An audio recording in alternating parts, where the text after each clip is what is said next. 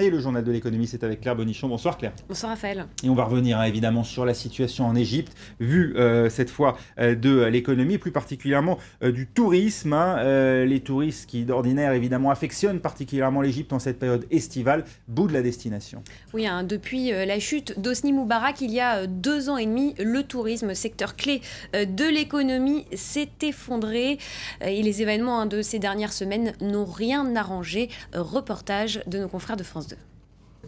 L'avion pour le Caire va bientôt décoller, mais ce matin, aucun touriste français n'est à l'embarquement. Pour cette Égyptienne, c'est différent. Toute sa famille vit sur place et son voyage est prévu depuis longtemps. J'ai beaucoup hésité avant d'y aller. Je pense que si j'aurais su ça, enfin si serait passé ce qui s'est passé ces jours-ci avant, je pense pas que j'aurais pris le risque d'y aller quand même, parce que j'ai un enfant. Mais bon, maintenant que j'ai pris le billet, mais qu'il y a ma famille là-bas, on va dire, elle me rassure, je suis pas plus inquiète que ça, quoi. Aujourd'hui, pas de file d'attente. Avant la Révolution, pourtant, l'Égypte et ses pyramides étaient l'une des destinations favorites des Français. En 2010, on comptait 600 000 touristes, mais 2 ans plus tard, leur nombre tombe à 350 000. Et l'année 2013 s'annonce catastrophique. Les tombeaux des pharaons sont déserts. Au premier trimestre, seuls 56 000 touristes français s'y sont rendus et les réservations sont en chute libre. Chez nous, on enregistre du moins 70, moins 80%, parce que globalement, les gens sont inquiets de la situation politique instable en Égypte. Et ça représente une baisse chez nous de chiffre d'affaires de plusieurs millions d'euros et une baisse d'activité pour les Égyptiens qui est considérable. La situation économique sur le plan touristique en Égypte est absolument catastrophique.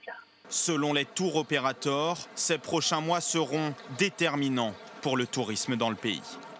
Il n'y a pas que les touristes qui fuient l'Égypte, les entreprises également décident de quitter le pays. Oui, par sécurité, le groupe automobile américain General Motors a arrêté les chaînes de son site d'assemblage situé tout près du Caire. Le fabricant suédois d'électroménager Electrolux, qui emploie 7000 personnes dans le pays, a lui fermé provisoirement ses usines. Et enfin, la compagnie pétrolière Shell a fermé jusqu'à ce week-end ses bureaux et réduit les déplacements vers le pays. Et comme on s'en doutait, le cours du pétrole n'a pas mis longtemps à réagir. Bien, les prix du pétrole sont montés lors des échanges européens, dopés par la recrudescence des tensions. Dans la matinée, le Brent est monté à un plus haut depuis 4 mois et demi. Les investisseurs sont inquiets car même si l'Égypte n'exporte que très peu de pétrole, elle dispose en plus du canal de Suez d'un important réseau d'oléoducs. On passe à présent à la clôture des places financières européennes, Claire. Bien, tout d'abord, le CAC 40 termine en baisse de 0,51%. Des indicateurs mitigés aux États-Unis font craindre aux investisseurs un changement dans la politique monétaire de la Réserve fédérale américaine. La bourse de Londres, elle, a clôturé en fort recul, vous le voyez, moins 1,58%. Le DAX à Francfort termine aussi dans le rouge. Parmi les indicateurs publiés aujourd'hui aux États-Unis, une bonne nouvelle sur le front de l'emploi avec une diminution inattendue des inscriptions hebdomadaires au chômage. Oui, les inscriptions hebdomadaires aux allocations chômage ressortent à 320 000 la semaine dernière. C'est leur plus bas niveau hebdomadaire en 6 ans, un chiffre qui a surpris tous les analystes. On passe à l'actualité des entreprises à présent, en bref et en images. Bien, États-Unis, toujours. Walmart, le numéro 1 mondial de la distribution, a déçu avec un bénéfice moins bon qu'attendu pour le 2e trimestre et des prévisions abaissées pour l'année entière. Il pâtit de ventes en retrait. Le bénéfice net part du groupe a progressé de 1,3% à plus de 4 milliards de dollars. Déception aussi du côté de Cisco. Malgré des résultats en forte hausse, l'équipementier télécom américain va supprimer 4000 emplois, soit 5% de ses effectifs dans le monde. Des mesures qui concernent surtout des cadres intermédiaires. Cette annonce a fait plonger l'action Cisco à Wall Street.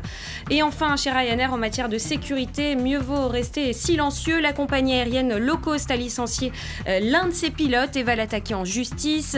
Lors d'une interview télévisée, celui-ci a mis en cause le respect des normes de sécurité. Ryanair a ces dernières semaines rejeté toutes les accusations déjà formulées par certains de ses pilotes. On termine avec des chiffres décevants pour l'un des fleurons du Made in France, les ventes de champagne qui sont en baisse, Claire. Oui, les volumes des ventes de champagne, le volume a baissé de plus de 5% en France au premier semestre 2013 par rapport à l'an dernier. Baisse hausse compensée par une augmentation des exportations du prestigieux breuvage vers les pays hors Europe, notamment à la Chine. Des ventes qui reflètent assez bien le rythme économique de la France et de l'Europe selon les professionnels du secteur. Merci Claire Bonichon, c'était le journal de l'économie.